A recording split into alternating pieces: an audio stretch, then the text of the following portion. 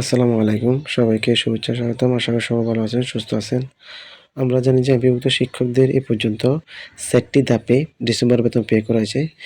এখন পঞ্চম ধাপে কার্যক্রম চলমান। আর হচ্ছে গতকালের নিউজ অনুযায়ী হচ্ছে আ যে ৪টি ধাপের শিক্ষকদের আংশিক অংশের বেতন আজকে পে করা হবে, জানুয়ারি বেতন। আর বাকিদের ২ মার্চ পে করা হবে।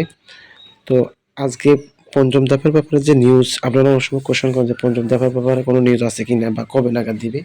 তো সেটা হচ্ছে আজকে ডেইলি ক্যাম্পাসের যে নিউজটা, সেটা হচ্ছে ইপ্রিতে পঞ্চম ধাপের বেতন মানে কবে দিবে সে ব্যাপারে যে নির্দেশনাটা মানুষে দিয়েছে, সেটা হচ্ছে যে পঞ্চম ধাপের জন্য টোটাল ৮,৮০০ শিক্ষক কর্মচারী ইপ্রির মাধ্যমে বেতন দেওয়ার মানে কার্যক্রম হাতে নিছে।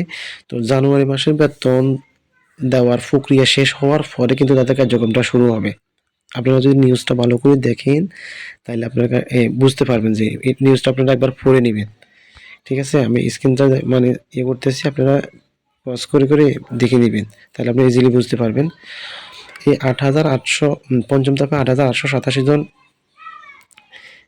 ইএফটির তালিকা ইতিমধ্যে আইব্যাস সফটওয়্যারে কিন্তু আপলোড করছে। তো আপনারা আইব্যাস এর যে ইএফটির যে ইয়েতে আছে, ওখান থেকে আপনারা ঢুকে গিয়ে দেখতে পারেন যে কোন শিক্ষকের নাম ইএফটিতে অ্যাড হয়েছে পঞ্চম ধাপের জন্য। তাহলে আপনারা বুঝতে পারবেন। তো এখান থেকে তথ্য যাবে মাওসিতে। মাওসিতে যাওয়ার পর এই শিক্ষক কর্মচারী বেতন ছাড়ের অনুমতি দেওয়া হবে শিক্ষা মন্ত্রণালয়। প্রস্তাব অনুমোদনের পর তারপর সেটা চিফ অ্যাকাউন্টস অফিসারের কাছে জেলা যাবে। এরপর শিক্ষক কর্মচারী বেতন ভাতা ব্যাংক থেকে তুলতে পারবেন। এই হচ্ছে পঞ্চম এই ধাপের এই বেতনের ব্যাপারে আপডেট নিউজ। তো ঠিক আছে, ভালো থাকুন, সুস্থ থাকুন। আল্লাহ হাফেজ। Wish you all the best today.